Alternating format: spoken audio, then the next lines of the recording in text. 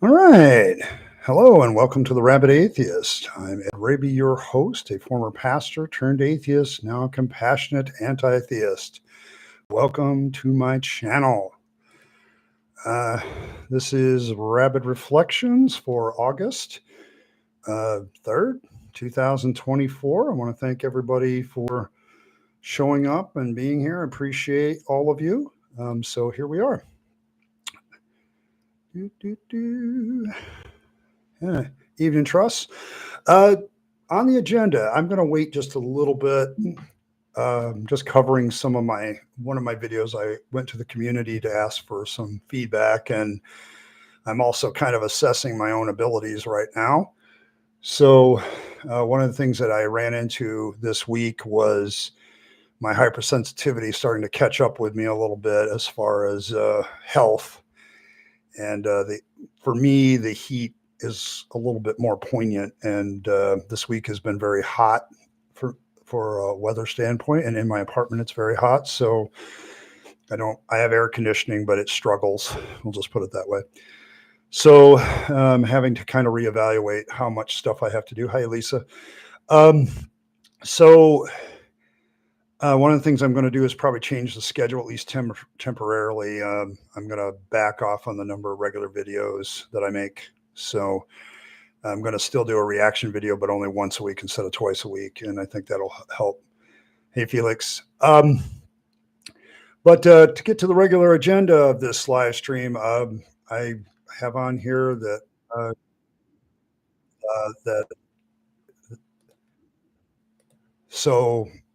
we have the Trump basically distanced himself from Project 2025. We also have up to bat some of the issues that we'll be facing Kamila Harris about herself and her run for the presidency, plus some of her political issues. I also have a beef to pick with several of our commenters on a video I did early this week. Hey, Fred,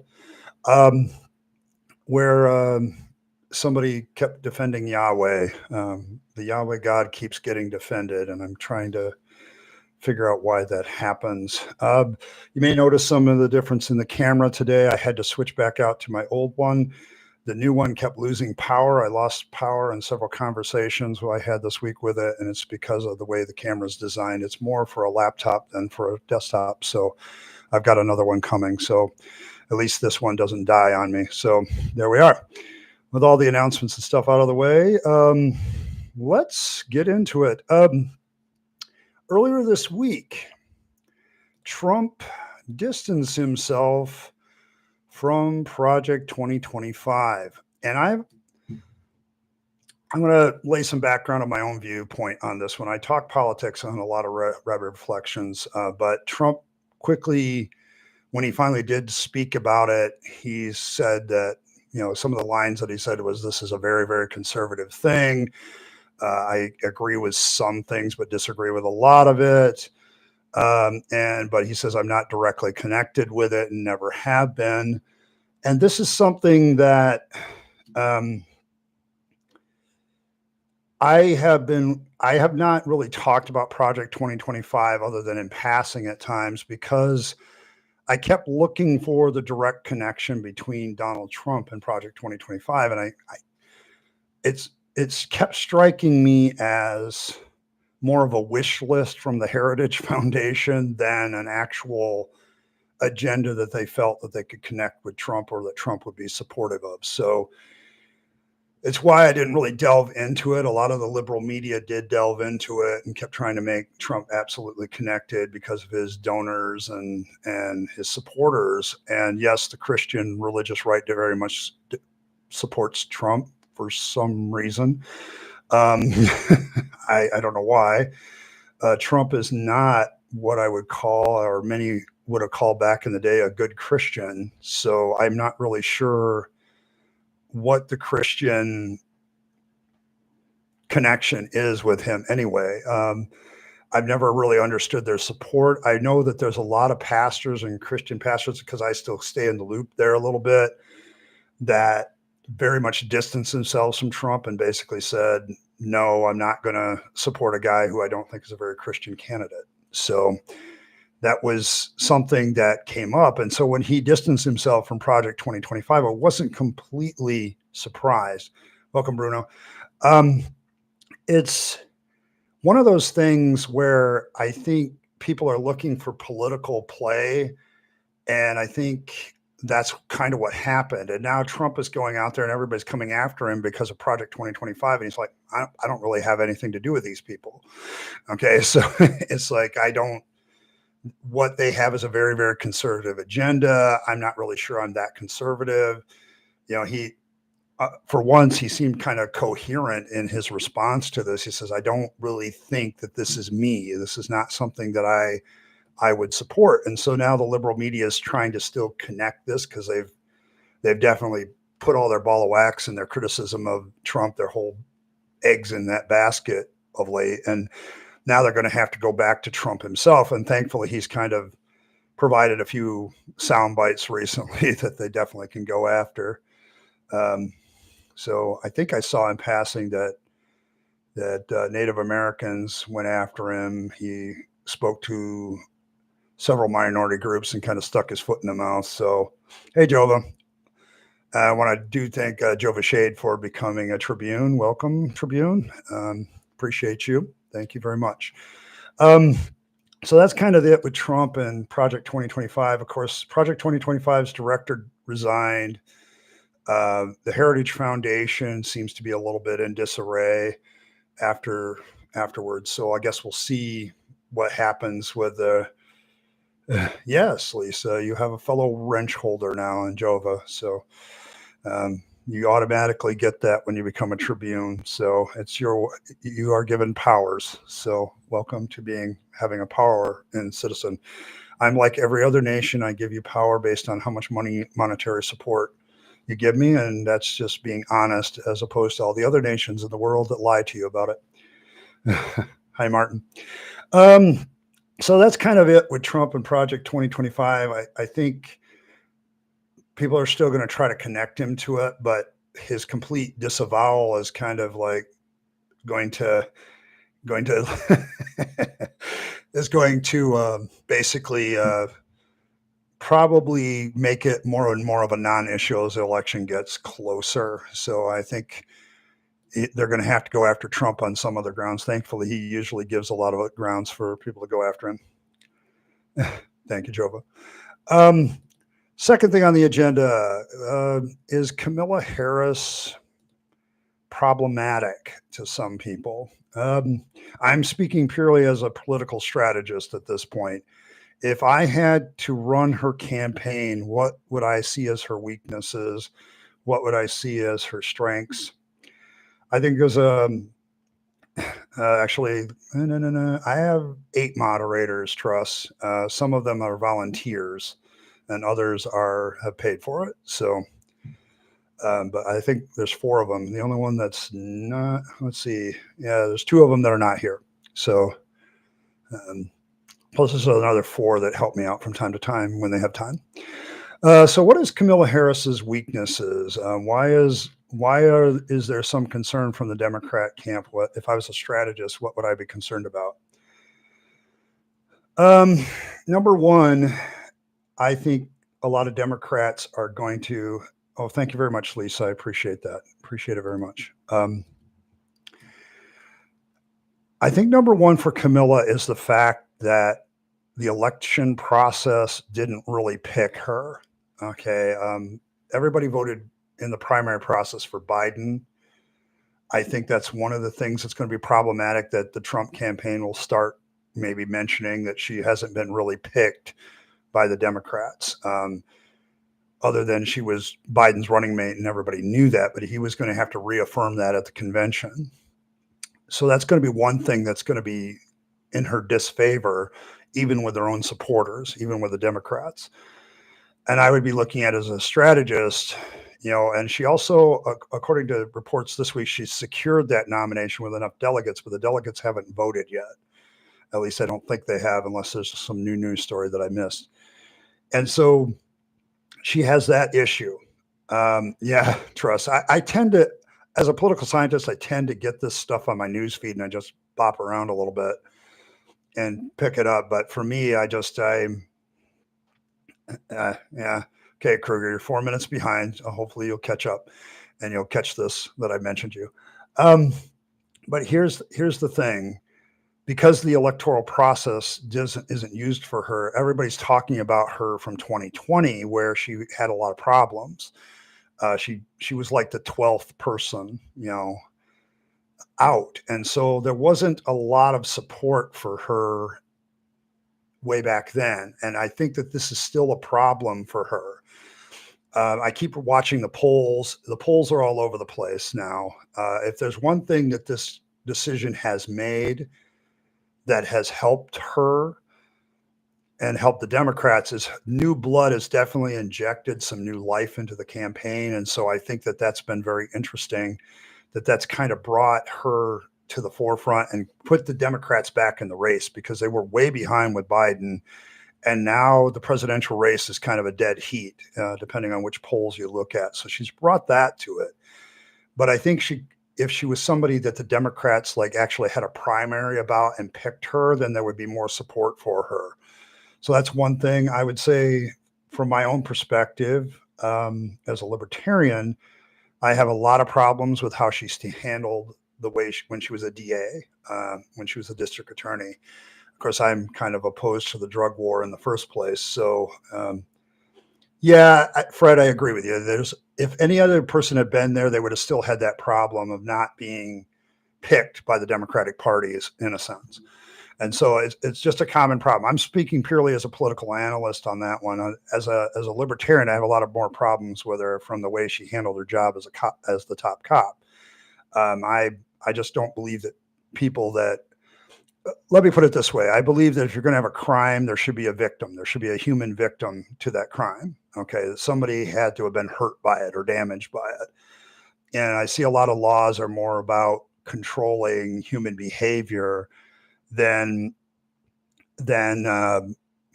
actually showing me that there's a victim. I think the drug war is one of those things that's impossible to win. You make a good point there, Fred. It's as bad as prohibition was. It's why making something illegal that people want is always going to be a bad business. Okay. Because it's going to create, anybody who's taken basic economics is going to create externalities that are negative.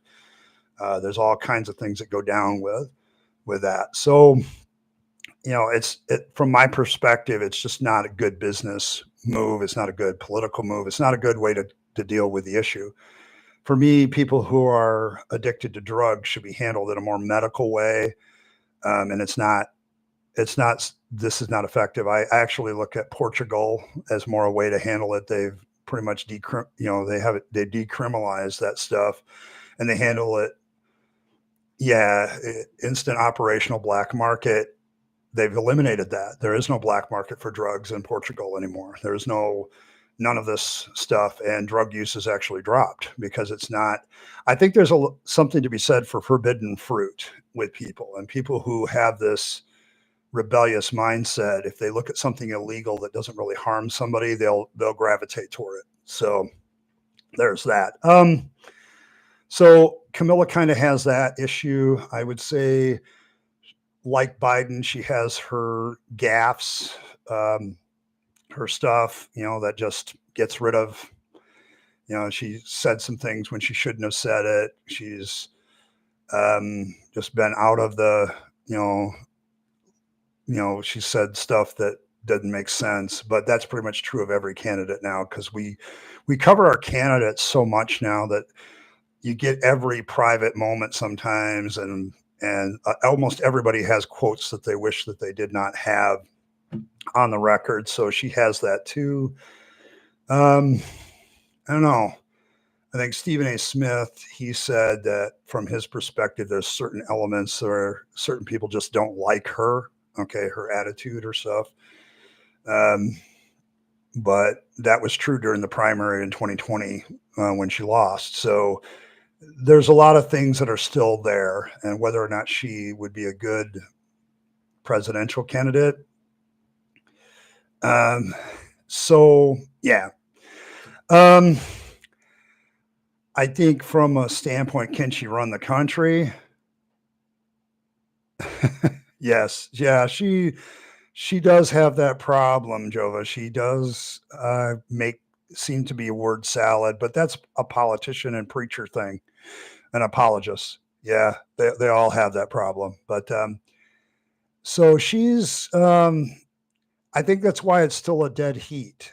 She doesn't excite people enough to overcome Trump's, I don't know, his relentless self promotion. I don't know if she has the ability to overcome that way. And we are still, what do we got? Rest of August.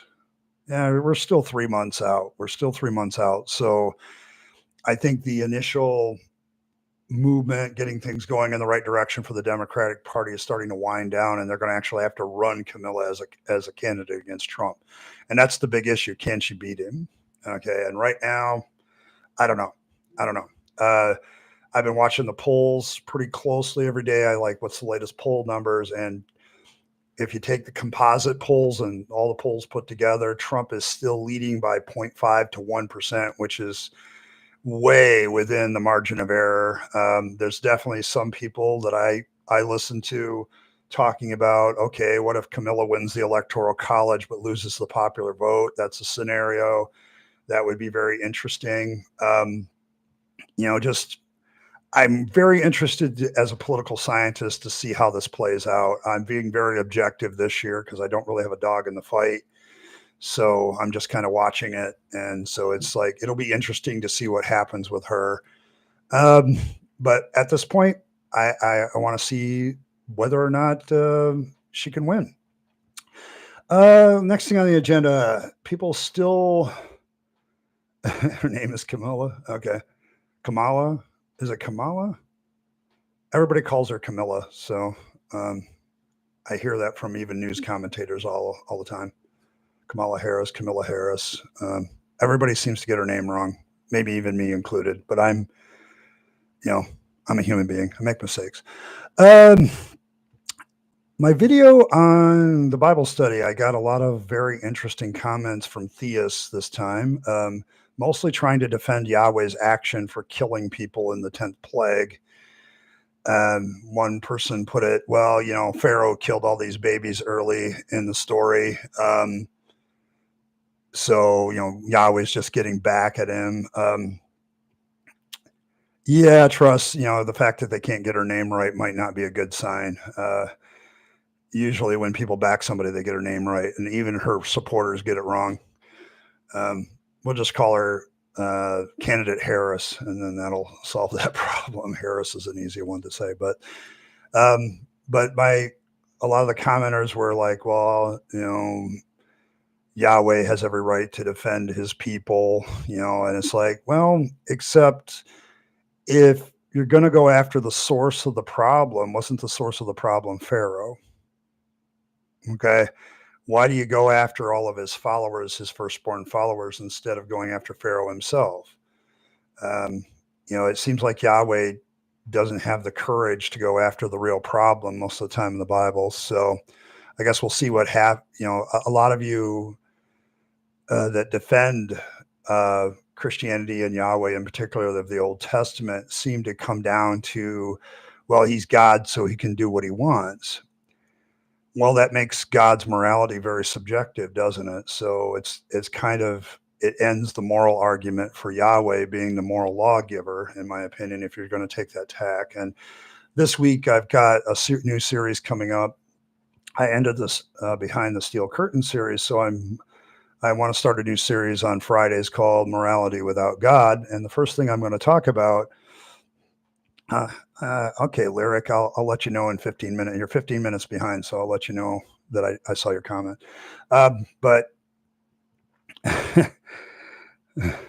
yes, what we're dealing with Yahweh, though, is his morality seems to be whatever he wants it to be at that moment.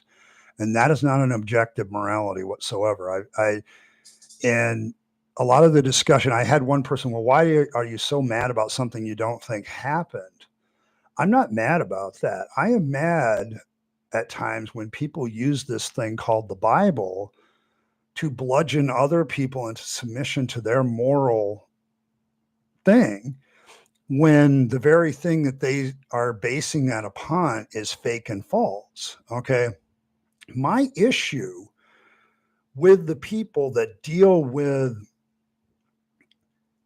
the Bible is that when they defend this character, apologists are always like defending the morality of God because it's might makes right. I had another comment like that was just like, well, what's left? Do we get rid of God as the source of morality? Do we just go down to might makes right? I said, you're already in a might makes right. Okay. You're already in a situation where you believe that God, because he's the creator and because he's in charge and he has all the power, is making all the rules. How's that not might makes right? And it says, if you say that human beings go to that, where the strongest get to do the things, then how is that different other than we're actually dealing with human beings? And I think, yeah, I mean, it's about bludgeoning people using the Bible to fit your thing. That's what I'm mad about. It doesn't matter that I think the story is crap. It's that some people take it as real and use it to manipulate and control others. That's my issue. That's why I do the Bible studies. If we get to the motive of my doing the Bible studies, then my motive is basically to show you that the Bible is just a human book created by human beings and God had nothing to do with it. Okay. It's just a very popular, it's a popular book, it's like 2000 years from now, if somebody's using, I don't know, Harry Potter or something else as a religious text, I wouldn't be surprised. Okay. It's like popularity behind religious ideas. In my country, the United States, this is a bigger problem because we have people who base their votes, who base their way of living, their basis of legislation. I mean, as much as I don't think Project 2025 and Trump had much to do with each other from start to finish, look at Project 2025 as a way some Christians and evangelicals look at how to use the Bible to influence policy and politics. Okay. If that's the case, I want to oppose that as saying something, now, no, you can't use the Bible because the Bible is flawed. It's human. It has contradictions. Quit using it. And as long as the vast majority of my country remains Christian and a good chunk of them influence people using the Bible, yeah, I'm going to keep going after the Bible. And it's also a deconversion issue. I know lots of people who still, when they approach the Bible, they have a lot of built-in indoctrinated reverence towards the book. And the greatest thing you can do for yourself in deconverting is lose your reverence for the Bible. If you're a Christian or any kind of, that uses the Bible as some authoritative work, and then you deconvert, this is the thing you have to get rid of. Okay. You have to get rid of this reverence for this book. And I know it's a struggle for me, but I had plenty of time being a preacher and all this other stuff to get over it. And I did get over it. And I think that's something that, needs to be understood. And so I'm not mad because I don't think the things didn't take place. Why would I be mad about that? It's more of how it's used. How is the Bible used? And, it's not used well. Let's see. The other video that I had this week was on you don't need religion. Religion needs you. And I had a comment on there about several comments actually about, depression and anxiety and all this stuff is on the rise. And that's because, religion has been taken out of it to give people purpose and meaning. And yes, Martin, I wouldn't quote scripture to theists anymore, other than to point out that their interpretation of scriptures, if they do it to you, are wrong. They don't care. Okay. As an atheist, I, of course, do not care what the Bible says because I don't think it's a very good ethic, and nor does it factually represent reality most of the time. But I got this comment about if you get rid of religion, you're going to have more people depressed. You're going to have this. You're going to have that. And my response as somebody who studied mental health for a little bit before I got involved in it is this: maybe it's because now, um, how do we put this? Maybe it's because the stigma of mental health is starting to diminish and people being involved. I remember when I was a kid, people used to joke about people going to a shrink. There's something wrong with them because they have they go to a shrink or a psychologist or whatever. Um,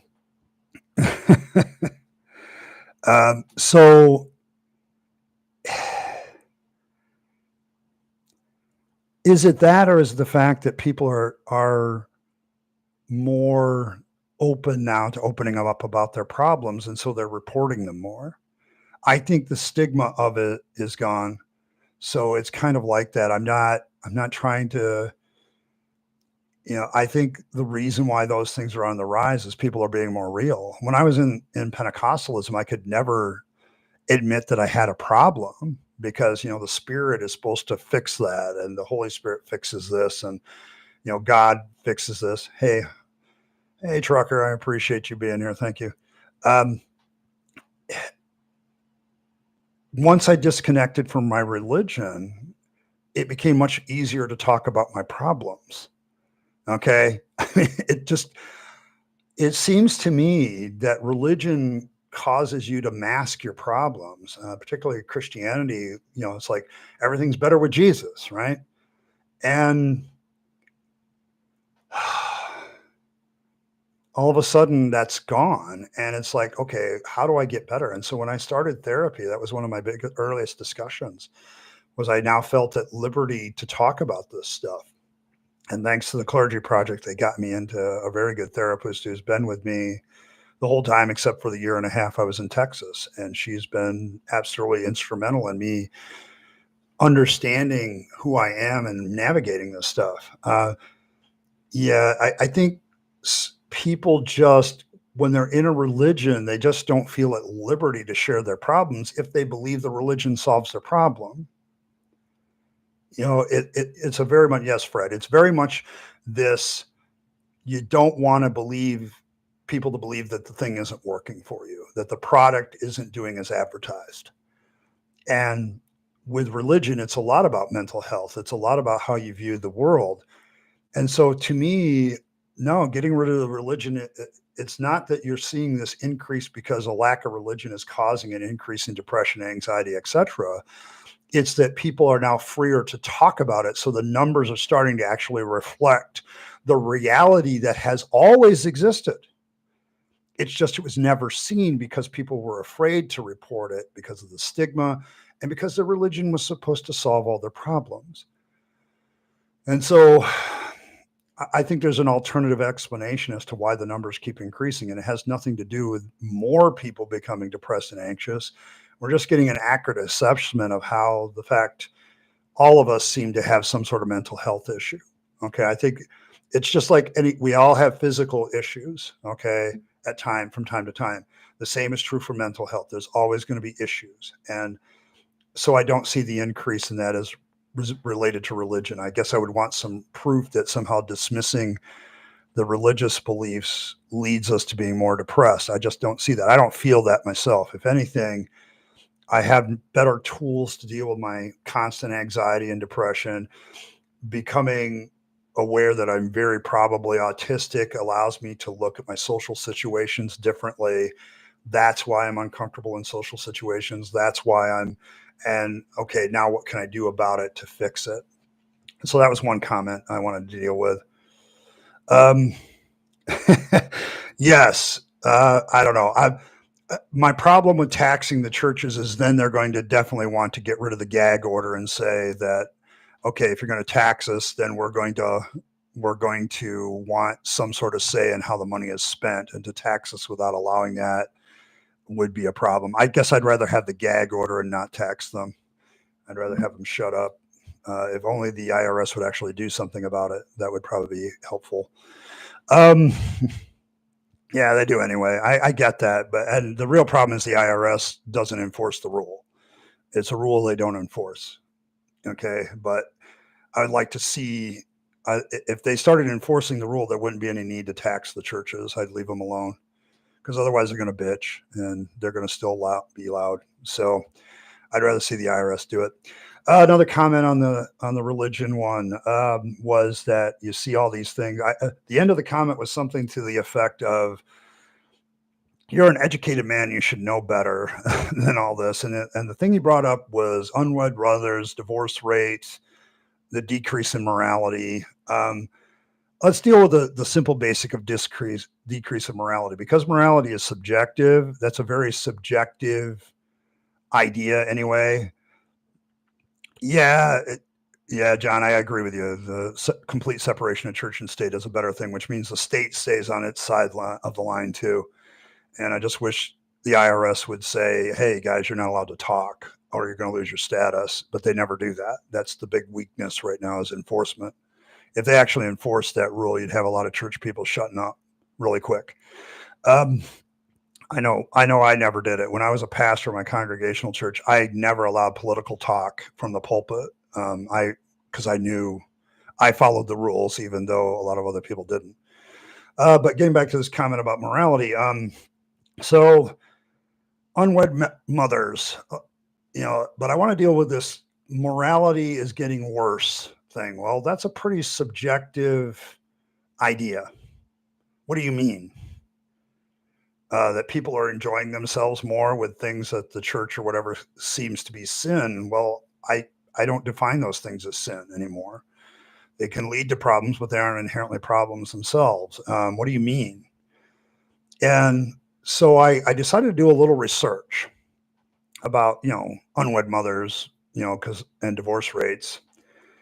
And I discovered a couple of things, stuff that I already knew and that I am an educated person on, is that if you looked like unwed mothers by state, guess which states have the highest rates of unwed mothers?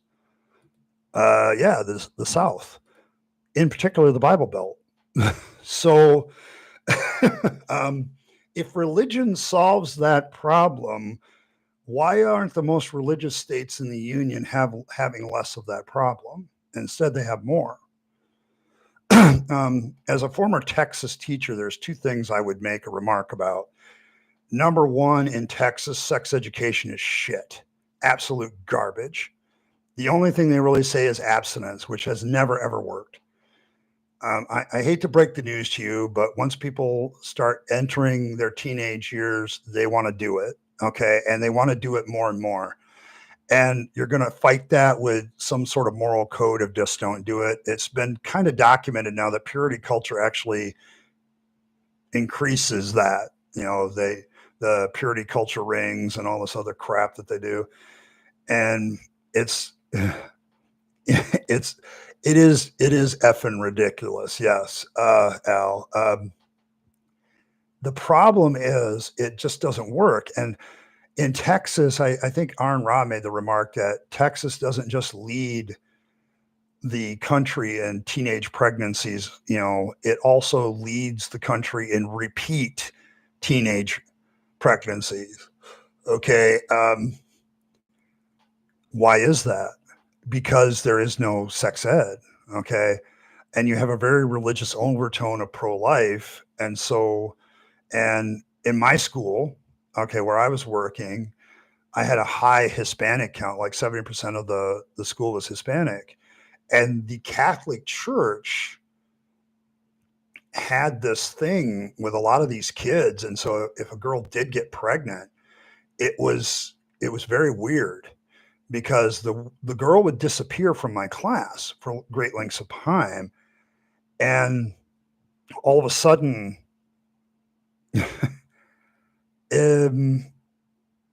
they would just talk weirder, like they were married or something. And indeed, they were under the books. Okay. It became a really weird phenomena that I began to note among the more deeply devoutly Catholic in my class, is that you would have people getting married at very young ages. And so there's that. So there's that aspect of it. And so if morality is increasing because of secularism and atheism, it doesn't reflect in unwed mothers. If anything, the unwed mothers seem to be in states where there's a heavy religiosity, and that's kind of a interesting. So that's kind of more, how does that prove your point? And then the divorce rate was another interesting one, because I decided to look up the divorce rates. And does everybody realize that the divorce rate has actually dropped since 2000? Anybody realize that? If you do per 1,000, in 2004, there were 4 divorces for every 1,000 couples. Now, if you look at it long term, it's like 46% of marriages ended in divorce. It's not as bad as everybody says. 50%, 70%. But the divorce rate has actually dropped to 2.4 as of 2022. And in fact, it's been steadily dropping for quite some time. It hasn't been 4.0 for a while. So that was the first surprise, that somebody would tell me that the divorce rate is increasing. And then when you look it up, it's not really increasing. It's actually dropping slightly. It's almost like people are being more conscientious before they enter into marriage, maybe. Hopefully, I would hope that's the case. And then, yeah, if you don't have just weddings correlated with pregnancy and they start to be married for other reasons, I guess what might happen. But then you look up the divorce by religion, and this is even further surprising, although not completely to me. The divorce rates are higher among Christians in the United States than any other group. I wasn't surprised by this, but they're the ones that talk about this. And it was funny, because you're looking at the ones based on religion, and basically they're talking about statistics based on religion. It's American divorce rates compared to the religion of the person. Okay. In the United States, 19% of Catholics get divorced. Okay. 51% of Protestants experience divorce. In other words, if you want your over half statistic, you have to go to Protestant Christians, because it doesn't appear anywhere else. I found it interesting, though, that there are some notable exceptions to the religious thing, like Mormons, Jehovah's Witnesses, Orthodox Christians hang about 9% divorce rate. Born again Christians, 33%. This is all Pew Research Center from 2014, but I don't see that this would change that much, at least not in the last 10 years. I think a lot of religious people do, Al. I think that's what it is. They get married for the wrong reasons. I know that in the purity culture that I came out of in the Assemblies of God, a lot of kids got married because they wanted to bang each other. Okay. They were having sex and they wanted to get rid of the guilt of it. And that happened a lot. Okay. It happened a lot. And that's a really bad reason to get married. Okay. It's really a lousy reason to get married. And then as you go down the list, Muslims are about 8%, Jewish people, 9%. And I keep waiting for me, the atheist. Hinduism, 5%. Of the religious crowd, the lowest was actually the pagans and the Wiccans. They're at 1%. And what us evil atheists are undermining morality and undermining marriage in the United States. What's our marriage divorce rate? 2%. 2%. It's like a 25th of the Protestant Christianity, and somehow getting rid of religion is going to be the problem. There's definitely a lot of social pressure, as Truss has pointed out, to get married in the Christian worldview. You get married earlier. You get married for really lousy reasons. There has to be more in a marriage. And of course, for me as a libertarian, marriage is kind of one of those things. I tend to look at it very pragmatically now as an atheist too. I often wonder if I often wonder if now the reason the divorce rate is so low among atheists is it's like we are very pragmatic about why we get married if we get married at all. Um, I'm sure that this commenter would talk about living in sin, but we don't have that notion either. I look at it this way: with a domestic partner, I can get the same stuff as I can get out of a marriage, except for the legal paperwork. Um, so it's looking at it, because I have alternated sometimes in my viewpoints on whether marriage is purely a religious thing at times, because it's like if you just get rid of the religion of it, what reason would you have for it? A lot of people use practical things, but like you can still get all those stats without a marriage certificate. So I guess it helps, I guess. Um, so I don't know. I don't know how you maintain anymore that morality is going down the tube, because I just don't see it. Even from a Christian point of view, the divorce rate is dropping per thousand. Um, you're you're not seeing unwed mothers in more secular stuff and nations and stuff. So how do you justify this idea that morality is dropping? I just have never. I I guess I want to know what the standard of morality is, and seeing that is. Um, I don't know. I don't know. Um, yes, John, I get what you're saying, and that is very funny. The non-religious don't bring pot out enough for the future workforce. Yeah, that's kind of that is definitely something that a lot of people say. Like idiocracy, coming to truth. I don't know, but I don't see the need for religion anymore. Okay, and the moral question is the one that comes up the most often. But I think that's why my motivation for this series starting next week of morality without God. Um, I want to start actually with divine command theory and why it doesn't work for me. Okay, why it has its major flaws. Because the whole premise of that series is, okay, if we reject divine command theory, we reject the idea of a God giving us morality, what are we left with? And I've discovered at least 6 or 7 major options, and I've also discovered a bunch of other ones. The moral discussion, I don't know. I don't know. Yeah, I mean, yeah, Mark, I think, but here's the thing about the propaganda of diving morals: is it nothing more than propaganda? Okay, because I'm of the opinion that if we're going to be subjective in our morality, because that's the way we are, what is good morality is a constant question that we need to ask. I think as atheists, we actually engage in the work of what good morality is, because we're not having some God talk in the back of my head. Um, and so the moral question is still there. It comes up so often. I feel like a broken record by dealing with it so often, but it is the apologist argument right now that they use. Um, trying to promote, trying to do something morally right. What does that mean? Um, I think the reality of future morality. I think John and Al in the comments have a good point. Promotion of good for all of humanity has become a moral thing. I would say that morality isn't dropping. I would say that it's just changing. It's shifting, like it always does. Okay, there was a time in human history where the idea of slavery wasn't a moral conundrum. Okay, it existed.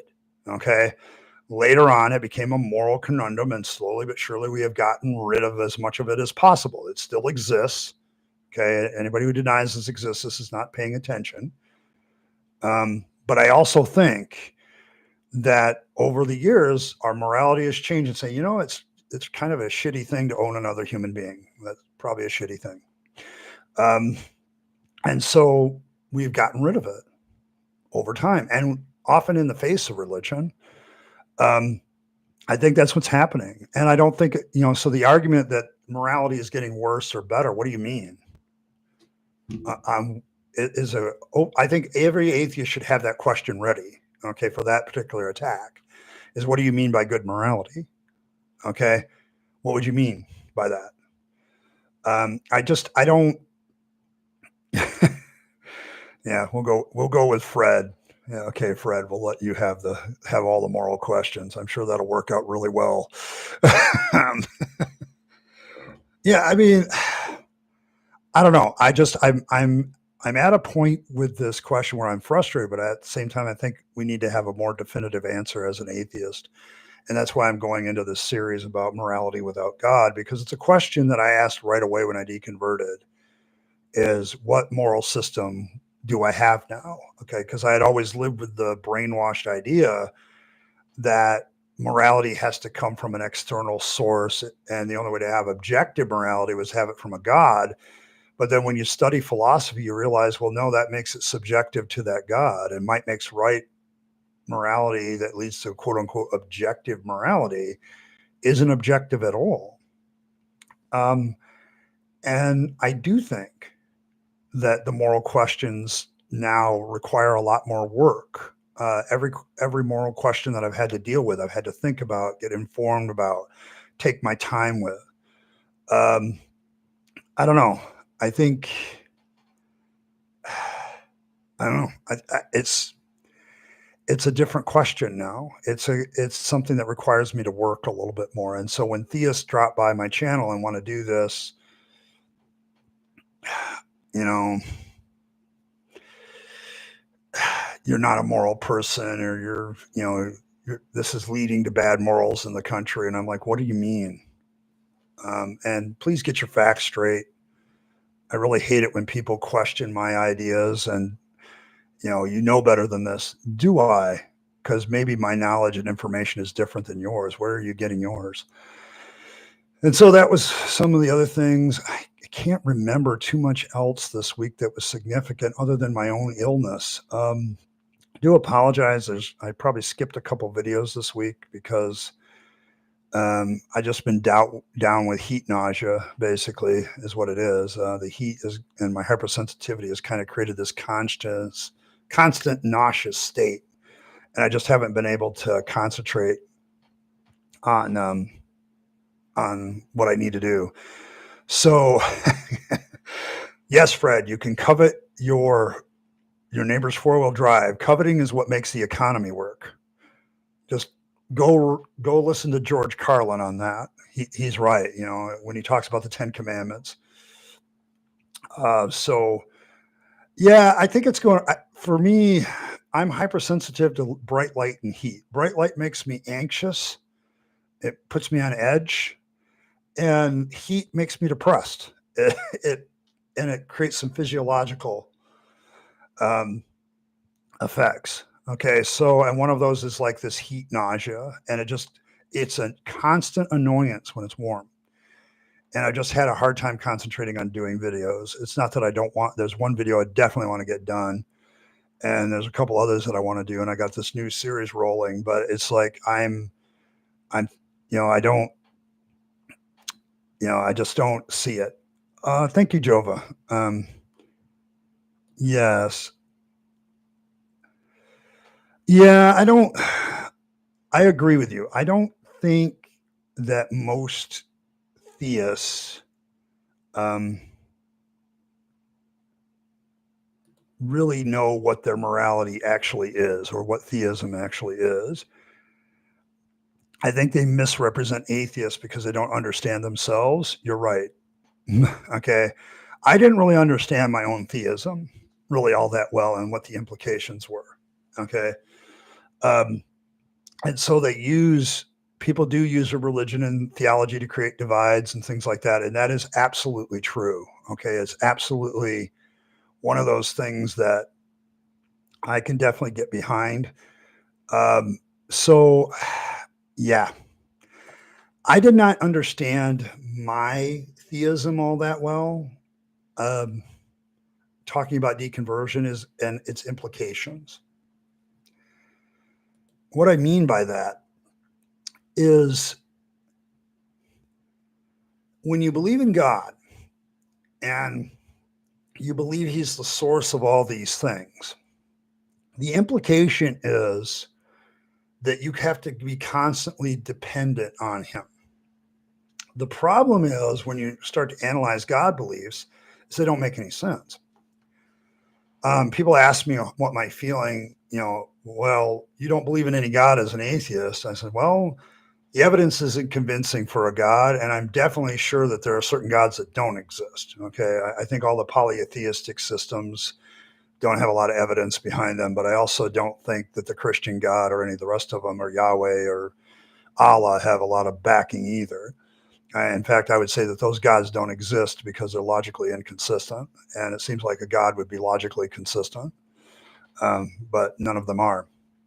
But the implication with religion is, yes, Jova, to divide and to keep people divided. It's a very, I don't know, religion tends to make us more tribal and more distrusting of each other. That's probably my biggest issue. And people ask me why I'm an anti-theist. That's it. It's the stupid shit that we are forced to believe in a religion that alters our life. It's why I end the way I do with most of my videos is, live your best life, don't waste your shit, okay, on religion, because it's, you guys are really going after this coveting thing in the comments. Okay. So here's the thing. Does coveting exist in a non-theistic worldview in the first place? Okay. Does it exist in that non-theistic worldview in the first place? Desire to have something else that somebody else has. Okay. Is there anything wrong with that? I don't know.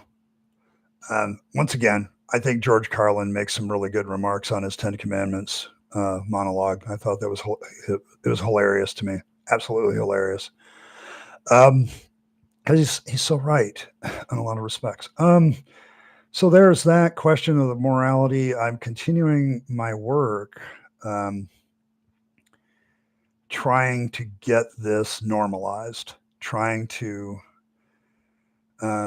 every time I deal with an apologist that talks about atheism, there is that propagandish element that just drives me nuts.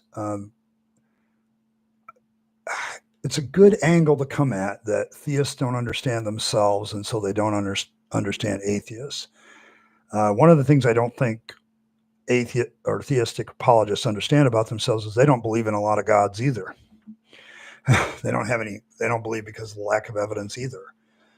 And you're just trying to say, oh, I just think there's a lack of evidence in all of them. And somehow I was seeing this on my news feed, apparently because I research atheism enough that apparently now it appears in my news feed, and people are like, well, atheism has this problem. And I start going through the slideshow that they're saying is a problem. I was like, this is all the trope crap that I've seen before that I've answered 100 times.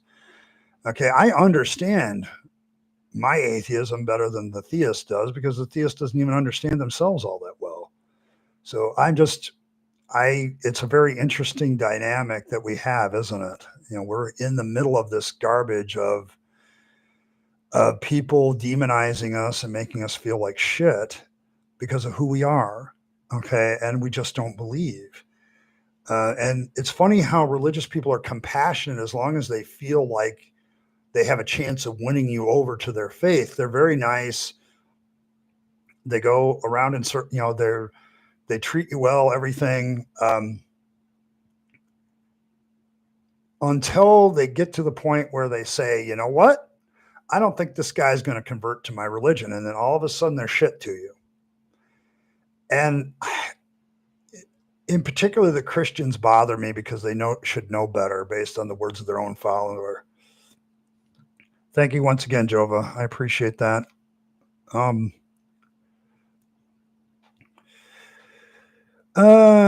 many exist in the universe, there are many ways to believe in something greater. How can anyone say they are right or all the others are wrong? Yeah, that is kind of the crux of my argument against all of them, really.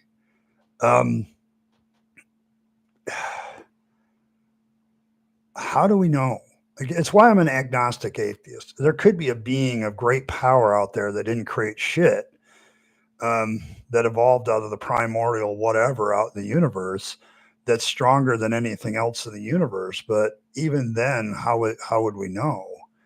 I don't know. And here's the thing, Joe. The one thing I've gotten used to more often is my own ignorance since I deconverted, and I'm okay with it. I think as a religious person, I was never okay with not knowing something. Now I'm very, very okay with not knowing something. Okay. It's like, I don't know, and I don't know if I ever will. It's like when people ask me what the origin of the universe is. I don't know. I'm not a physicist. Go talk to them. But that doesn't prove the existence of God. The origin of the universe could be anything, and we don't know. And it's getting used to the I don't know. That's the biggest deconversion issue, is like getting used to the fact that I'm ignorant and I'm always going to be that way. And certain issues, I am never, ever going to find the answer. Okay. And I'm okay with that. I've become very, very okay. Um, yes, Martin, we'll do that. But yes, the Canadian Reformed Church. Oh, wow. I don't know. I think the most successful cults don't come off as cults. Um, the most powerful ones are the ones that are mainstream. Okay. What is it that I once remember hearing somebody saying that a religion is a very large cult and a cult is a very small religion. So maybe it's all a matter of size. But they all have I mean, I've now looked at a lot of different religious views, because everybody always, well, what did you try this brand of Christianity? And it's like, yeah, I looked at it, but it's just as nuts as the rest of them. Really, BS? Is that true? Okay. Hey, BS. Hey, Robin. So I don't know. I'm at this point in looking at this issue of not only morality, but the basis for faith. Why do people believe is absolutely a fascination to me, because I've now discovered in looking at all these different religions that people have a lot of different reasons to believe, yet they all kind of boil down to one thing, which is they want to. You got, so I don't know. But yeah, how would I know? I think getting used to being ignorant and has been my challenge as a deconverted person, because as a religious person, I always wanted the answers. And if I didn't have an answer, I just throw God in the gap and he was the answer. Now I don't have that anymore. And sometimes I look at the gap and I don't know. And I'm okay with I don't know. And a theist can't do that. I don't think theists can do that. I think they have a hard time doing that. Oh, John, I feel for you. There's it. Once you go flat, you won't go back. Okay. I don't know. There's just this. I'm basically looking at religion and how it affects people anymore, and trying to get them to understand that just that our ignorance is just there and it's okay. So it's okay. I'm okay with it. Being at peace with it is probably the biggest issue. So yeah, I don't know. I'm off my agenda at this point. If anybody has any questions, I'll be glad to answer them or try to. Um,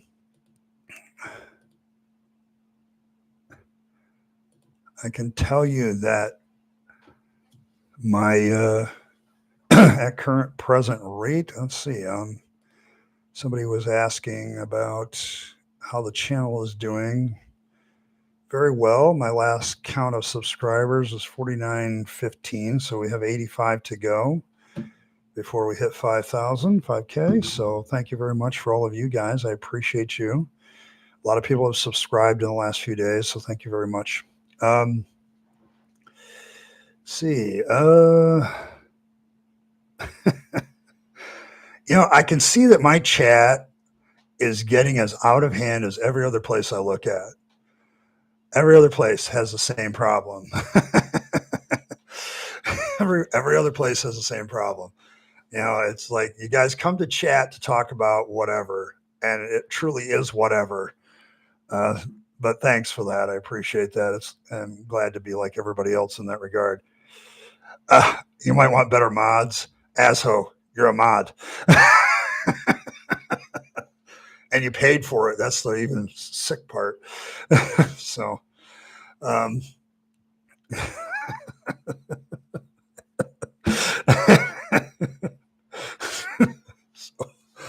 oh, thank you guys. I needed a laugh. This has been a rough week for me from a physical point of view. I've just been constantly sick, and I just, yeah, I know. I get what I pay for. Trust. I do get what I pay for. I guess what they pay for. Yeah, yeah, yeah. Me and Asho have similar dealings with health. He's in a much more difficult place than I am, but I'm not going to pray for you, Asho. I don't believe in that anymore, so I'm not sure what to do for you, other than to say that if you need somebody to talk to, you're always welcome. That's true for all my mods, by the way. If you have questions, just let me know.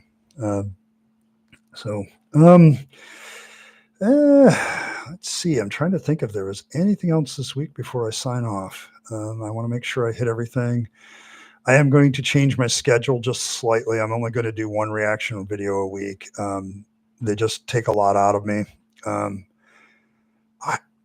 Damn, some of these apologists are just ridiculous. But I think my goal is to do better reactions and not just do so many. Just do some really good ones and take my time with it. I want to continue the Bible studies, of course. Once I get done with, what can I say? Probably the Heroes of Faith series is going to be done fairly quickly, maybe another month. And then I'm going to switch back. I want to go back to something that I started a long time ago. I want to get back into it. I want to do the life of Christ. I have taught the life of Christ in my churches about 6 or 7 times.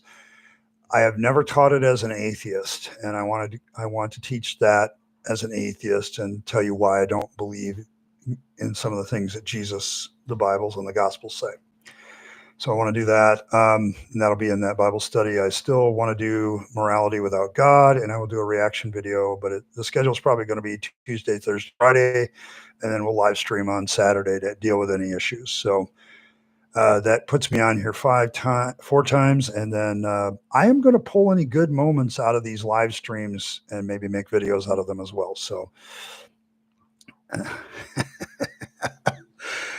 no, asshole, I'm an atheist. I've been an atheist for a long time. I was an atheist in the pulpit.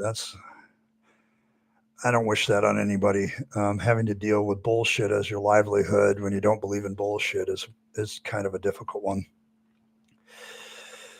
Yeah, trust. You know what the funny thing about atheists in the Bible, they know it better than most Christians. Getting back to Jehovah's comment, that's one of the things that really stinks for theists is they don't know their faith as well as they think they do. And so they use it for wrong reasons a lot of times because they just don't understand it. And most people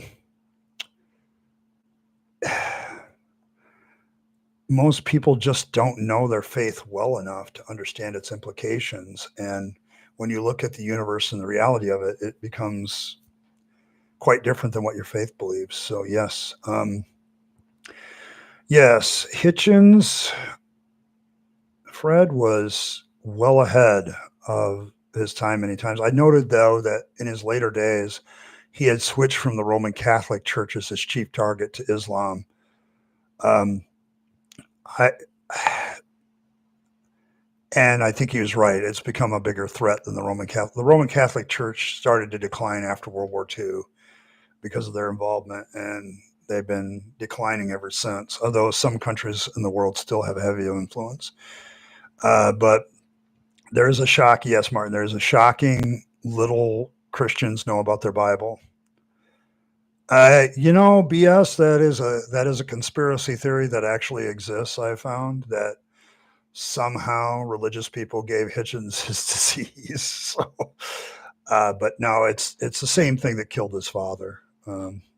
Same thing, and he knew better. He knew better. Like a lot of people, he knew smoking was bad for him, but he kept doing it. Um, so there it is. I don't know. That's the schedule changes. I'm going to back off just on one reaction video a week instead of two, and live stream on Saturdays. So hopefully that'll start building our community a little bit better. I can see that already from the chat that we have an interesting crew here on a regular basis. So thank you guys for showing up. I do appreciate that. 2 words that explain life, universe, and everything. 42 is what I last knew. Yes, me and Martin are on the same wavelength. Yeah, shit happens. That's a good one. I don't know. The more I look at life, the more I don't know. I'm happy now to be actually actively involved in a journey, of discovery instead of thinking I know the truth at the beginning and moving. I think that's why I react so strongly to a Road Trip for Truth's channel, is because he's come out. I already know my destination. I'm just not gonna, I'm not gonna deal with it, whether or not it's true or not.